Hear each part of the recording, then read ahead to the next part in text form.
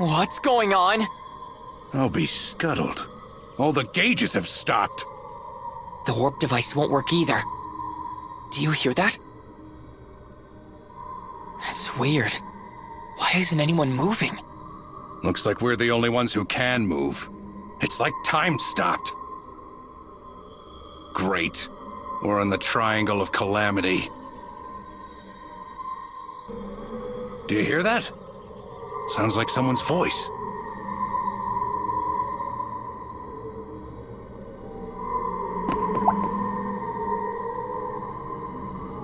What is this? I'm hearing a voice in my head. Yeah, I hear it too.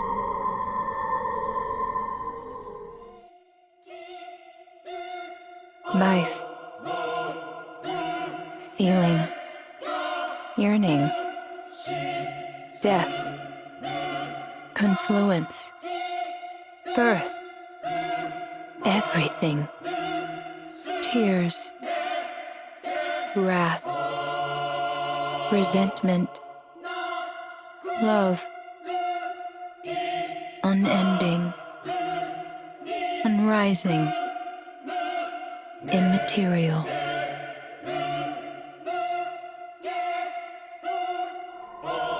I don't recognize it. Zinikr? It's... Yim. There's gotta be more.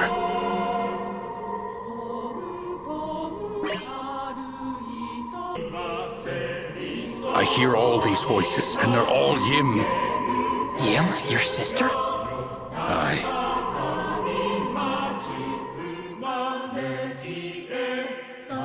Acts of chaos never ceasing. Rites of order unfettered. All ever shrouded. Life's eternal pageant plays out upon the stage of truth.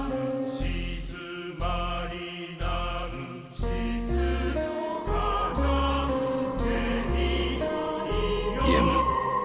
Did time stop because of her?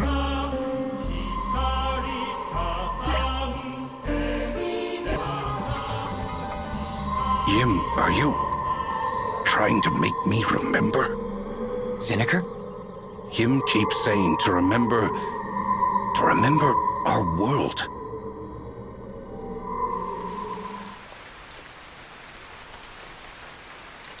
It was raining. Jas disliked making it rain upon their new realm, but Yim wanted something to remind her of home. As Vam stepped outside of their palace, he thought back to a day when they'd argued about the rain. Like Yim, Vam was fond of rain.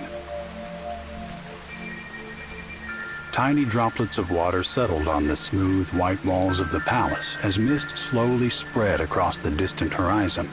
The four of them knew precisely when the rainfall would begin and end. Manipulating the climate of this planet was trivial for them.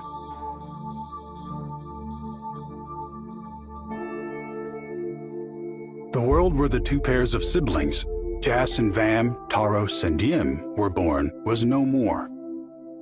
Their old home had been one of beauty, where they lived free from want. That is, until it was destroyed in the heat of conflict. Many who had dwelled there sought refuge beyond their dimension, but only these four found the realm illuminated by the light of God. The discovery of the light made their long and dangerous journey worthwhile. Their joy was unforgettable.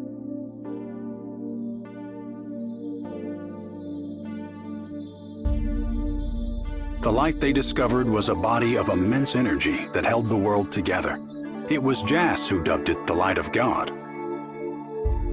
The Light of God shone grand and beautiful, like something out of a dream, vivid yet ineffable.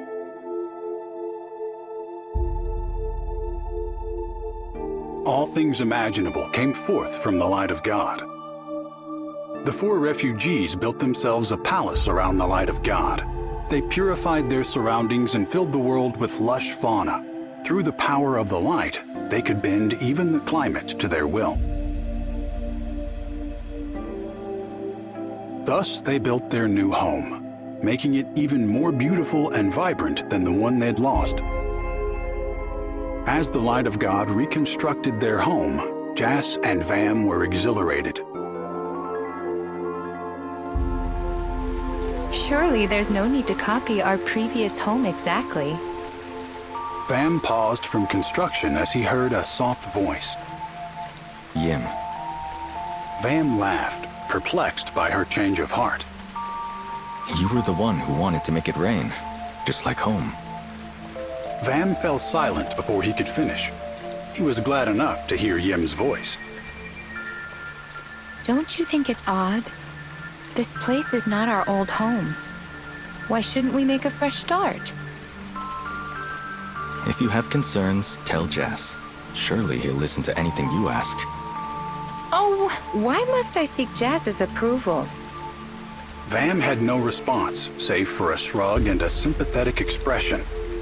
Yim smiled at his awkward face. No, never mind. We decided together. Jas found the light. Far be it from me to cause any more conflict. Yim stood beside Vam and waved her hand across the sky.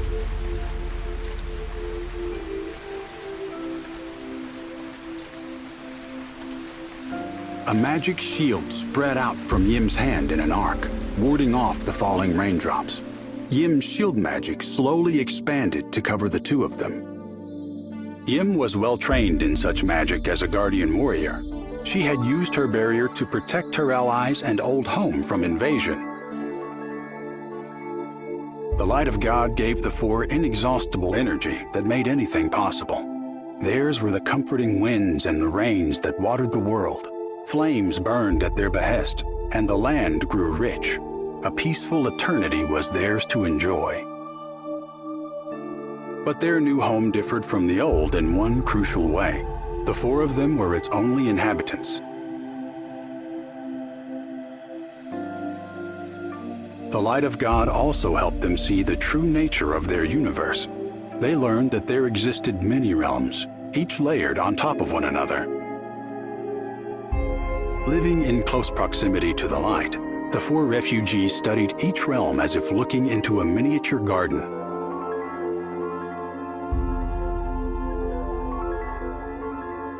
How beautiful. Yim pointed at the stars visible beyond the clouds. But peering out at their new world through Yim's sparkling magic shield, Vam thought it looked more beautiful than any distant star. Now, compared to the eternal cycle of birth and death among the stars, the conflict that had cost them their old world felt small and pathetic. At times, they felt it as stars born of the light were destroyed. They could hear the souls in perishing realms crying out.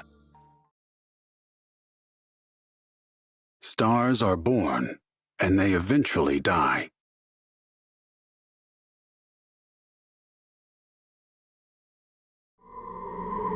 The four of us all took new bodies and lived together in a new world. A new world? A great reckoning ripped our old world apart. Only four of us escaped. We made it to that new world, ruled over by the Light of God. What's the Light of God? An energy source, beautiful and immense.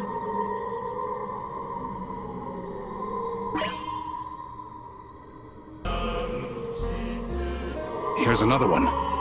More memories of my old world, each more vivid than the last. Ours is a higher form of existence. Thus, it is our duty to guide all creation. Jas, no! That's not for you to decide. Yim shouted, storming into the laboratory. Vam, please, stop him! Jas had prepared to merge himself with the light in an attempt to become a true god himself. Now his plan was underway. An enormous system of tubes connected Jas to the Light of God. Yim could only watch as a glimmering radiance she'd never seen before coursed through these tubes, flowing into him. But Jas's body was clearly too fragile to contain the light. He was visibly eroding from the inside. He glared at the light of God in contempt.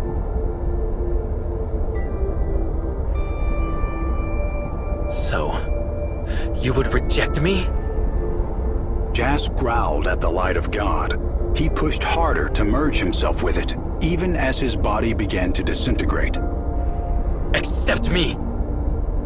You need a controller. You need a guiding hand! The light of God burned hotter and hotter until suddenly it released a wave of heat with a thunderous roar. Jas, you're too proud. Jas, engulfed by the light, was struck speechless by Yim's sudden words. We're weak, Jas. We're immature and unfit to meddle with other worlds. If it weren't for the light, we wouldn't even be alive. That's how weak we are. Surely you understand that.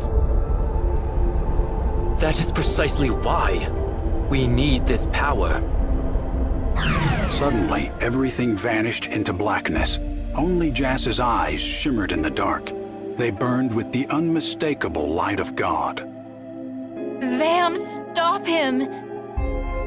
Yim pleaded over and over into the darkness, but Vam could only reply in a frail voice. It is too late. Jas cried out as the light of God unleashed another powerful burst of energy. Yes, I can feel you becoming part of me. A great fire began to burn inside his ruined body. He looked up towards the heavens and broke into hideous laughter. The light of God poured out from Jas in torrents, immolating everything around him. As Vam and Talos stood by in shock, Yim reached her hand into the flames, grasping for Jas. Yim, no! Stay back! Talos and Vam's cries of warning went unheeded. Yim moved towards Jas and the light of God. Unleashing all of the power her body could muster, Yim slowly moved forward, protected by her shield magic. She made her way through the flames and stopped below the light. She spread her arms to push her shield magic farther. Yim's shield cracked and grew thin as she stretched it wider, until finally it was large enough to engulf the light of God. She held the light above her in a contained oval, rounded like a galaxy. All its light and heat were trapped in a razor-thin membrane of magic. Yim alone stood against the light of God. Her shield magic creaked and convulsed, wrapped around the bursting energy of the light as if to soothe it. Neither Talos nor Vam dared to approach. The tubes connecting Jas to the light of God burned away at last. His limp body fell to the ground. At that exact moment, Yim's arms, which had held the light of God at bay, fell lifelessly to her sides. No! Stirred out of shock, Vam ran towards Yim. Yim mustered all the energy she had left and shoved the fallen Jas outside of her shield. She remained inside with the light of God. She gently took it into her arms and held it to her chest. Yim, no! Talos cried out to his sister. In an instant, Yim's shield shattered, and the light of God burst forth once more. Yim's body vanished as if she'd melted into the light. She was gone. In response to this final flash, a rumble sounded deep within the planet. A powerful blast of heat swept across the land. The light of God, finally unleashed, burned the new home the four had built to cinders in an instant. Then the light faded away into nothing.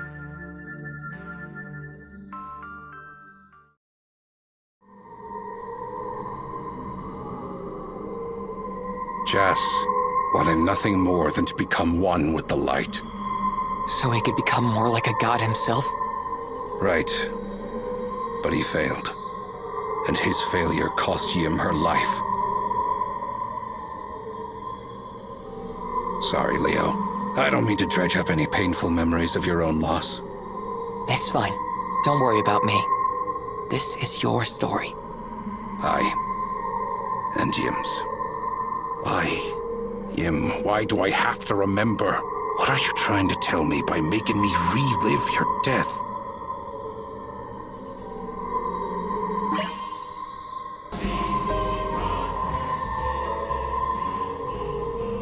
Another voice crystal. Resurrection, a forbidden deed.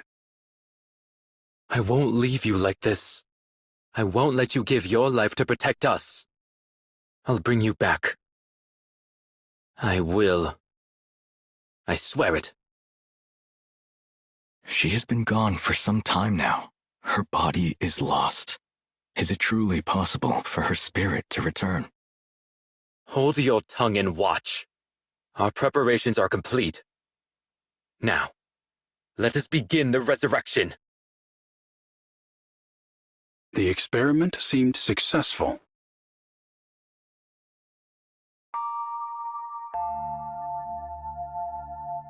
Yim! Taros called to his sister. Your name is Yim. I am Taros. I am your brother. Yim?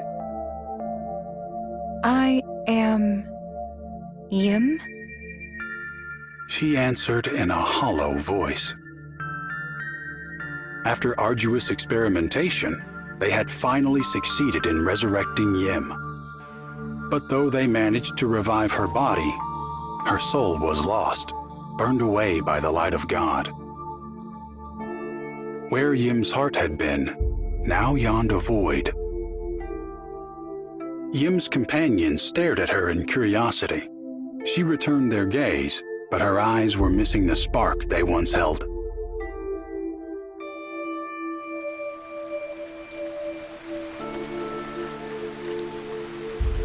It was raining. In fact, it had rained without end since the light of God disappeared. Dark clouds shrouded the sky above the charred gray horizon. Vam and Taros followed Yim as she walked through the downpour. The three of them were soaked to the core. But if Yim noticed the rain or the others walking behind her, she paid them no regard. Yim! Taros called out to her, and at last she slowly turned around. Her vacant eyes wandered, unable to focus on Taros and Vam.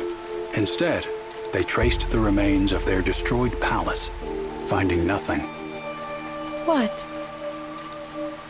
What am I? Yim muttered. You are Yim. You're my sister, Yim. But before Taros could continue, Yim spoke again. No, I am not. In the distance, thunder roared. I am no longer Yim. I am nothing, but nothingness itself. Stars collided and vanished from the sky above.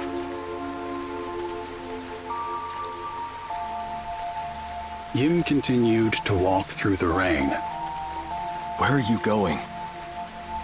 Vam asked, though deep down, he knew that there was no stopping her. Yim answered without turning around. To the end.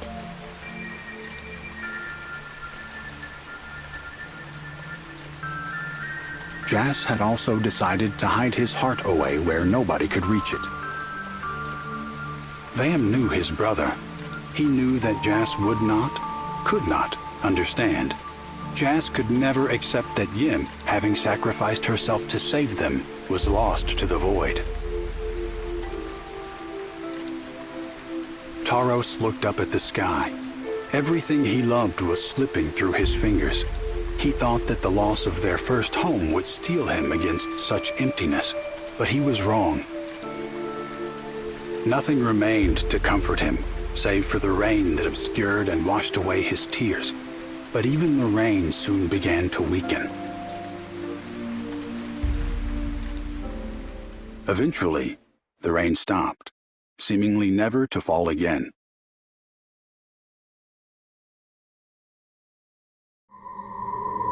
Yim's resurrection looked like it went well enough. But inside her, deep down, nothing but a void remained. No soul to speak of. No soul. Aye.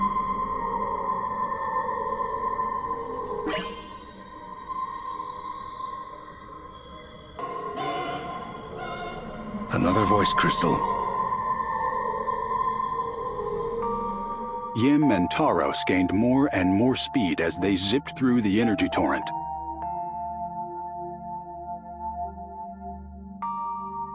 Aftershocks from the explosion of the light of God continued to ripple through the realm, occasionally manifesting as flares of energy. Yim and Talos now passed through one of those storms. Yim's shield magic enveloped the both of them like cocoons, protecting them from the flames.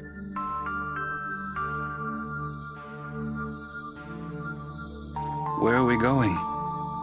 Talos asked his sister. To the end.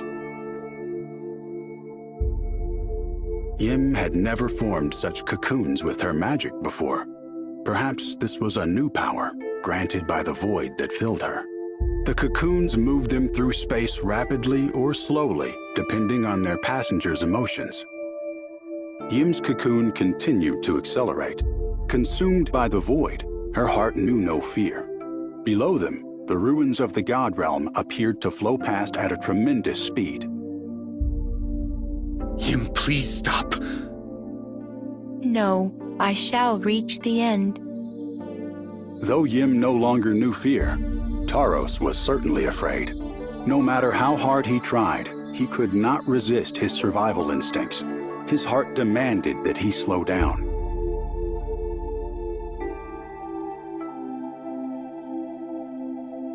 Talos could make his cocoon go no faster. He could only watch as Yim's pushed onward, moving farther and farther away. Yim! Talos called out, but she was already moving too fast for his voice to reach her. Yim surpassed the speed of sound, then the speed of her own heart. Yim flew away, leaving everything behind her. No matter how desperately Talos tried to stop her, the fear in his heart held him back. He would never be able to catch up.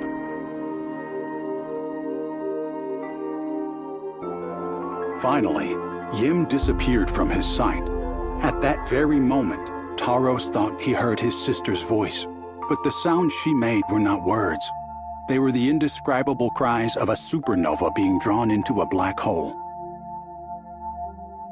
Yim became the void and threw herself into nothingness. Long since past the speed of sound, she now surpassed the speed of light. Moving at the speed of impossibility itself, Yim disappeared. As he watched his sister leave him behind, Talos knew this realm could no longer be his home. He would disappear like Yim had, but in a different way. Sealing his painful memories inside a crystal ball, he then attempted to reincarnate himself, though he knew the procedure had only a minute chance of success.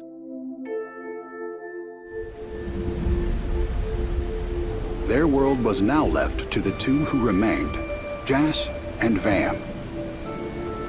As beings of a higher plane, they realized they could become gods of other realms. At some point, the rain began to fall once more. It fell softly and slowly, as if the universe wept for the untold sorrows that would soon occur.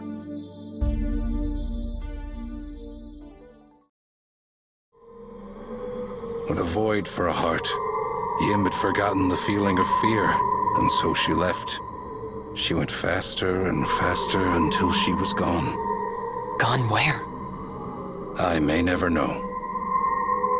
But maybe these crystals are something she left behind, formed from her last lingering thoughts of me, Jas, and Vam, so we can hear them. That's not all I hear. Whatever that is, it sounds big. It's coming from the first floor of the engine room. We'd better have a look.